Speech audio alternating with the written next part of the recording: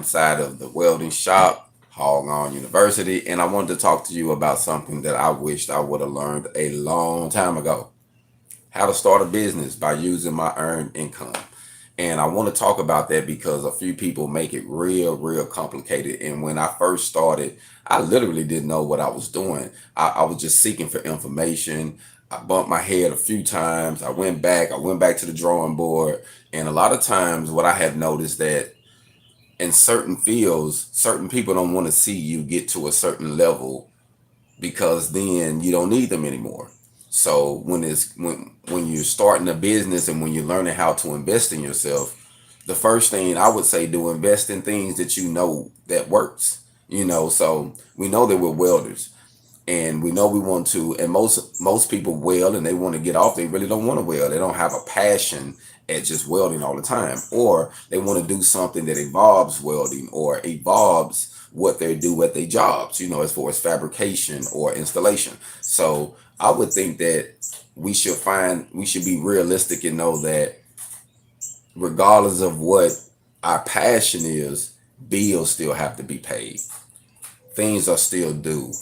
There are still products and services that you can invest in that you might not have a passion for, but it still sells. Like it's still making money. So I would say invest in things with your earned income to help replace that earned income or passive income by investing in things that you know that works, from different retail items, different yard sale items, Craigslist, offer up, Facebook Market. There are so many ways to start investing in your side business so that way you can free yourself up from that earned income. Now, some of us, some people like their jobs and they want to retire, but we also know that due to the pandemic and things that happened, some people weren't able to retire because of situations and businesses that closed. So I think that it's good to, use that earned income while it's available, but also invest some of that earned income in your passive income. And one great way to do it as a welder is to have products. So I love to say products over talent, products over talent. I literally get that from Master P. He planted that seed in me just by listening to him and following his movement. And I realize how important it is to have products over talent. So if you're creating products like some of the products behind me, if you are building things and you can duplicate products, or you can find what people really need and supply that product, that also can help you. You know what I mean? It can be something that exists that you can make better, or it can be something that exists but it don't exist in your area. Think about that too. So think about products that might not exist in your area that might be a need for the people, for the community, not only just for your welding needs, but for the people needs. So I think that there's many ways that we should look at this, but one of the great ways to look at it is find things that are a need. Like, I wish I'd learned that a long time ago.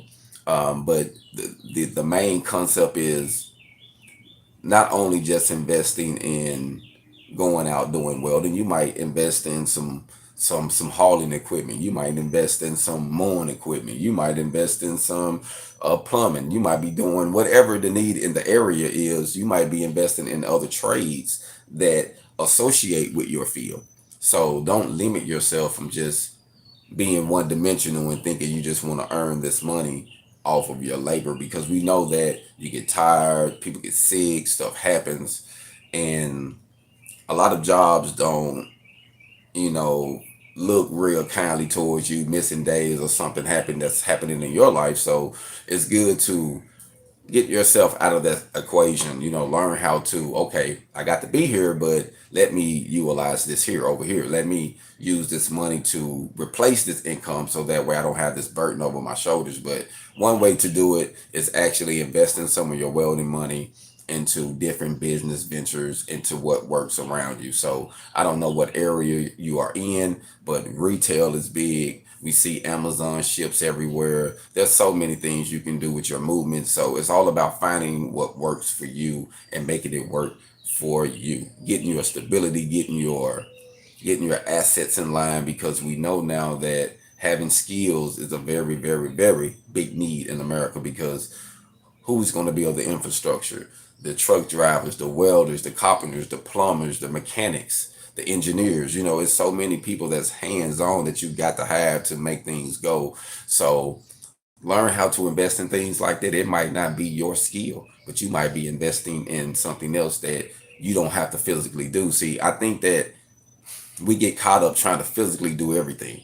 There's nothing wrong by being a sole proprietor, but I think that when you move it into the LLC, you have to think bigger. Think bigger. You want to do it, but you want to be able to think bigger. Think of things in ways you can invest where you don't physically have to do it all the time, and you can still make an income, and you can still be able to do what you really want to do all the time. So I've been learning that more and more. So sometimes you might say, I already don't mess with that, but if the people messing with it, why not mess with it? You don't even got to mess with it. You know what I mean? But everybody else is. So you might as well, figure out a way to bring that to whatever area it is that need. So think outside of the box, man. Don't just trap yourself into thinking one dimensional on how you're going to make your money when you're welding. So I would say the best thing to do is to invest in products over talent. And they might not just be your products. They might be someone else's products. They might be a product that's a need.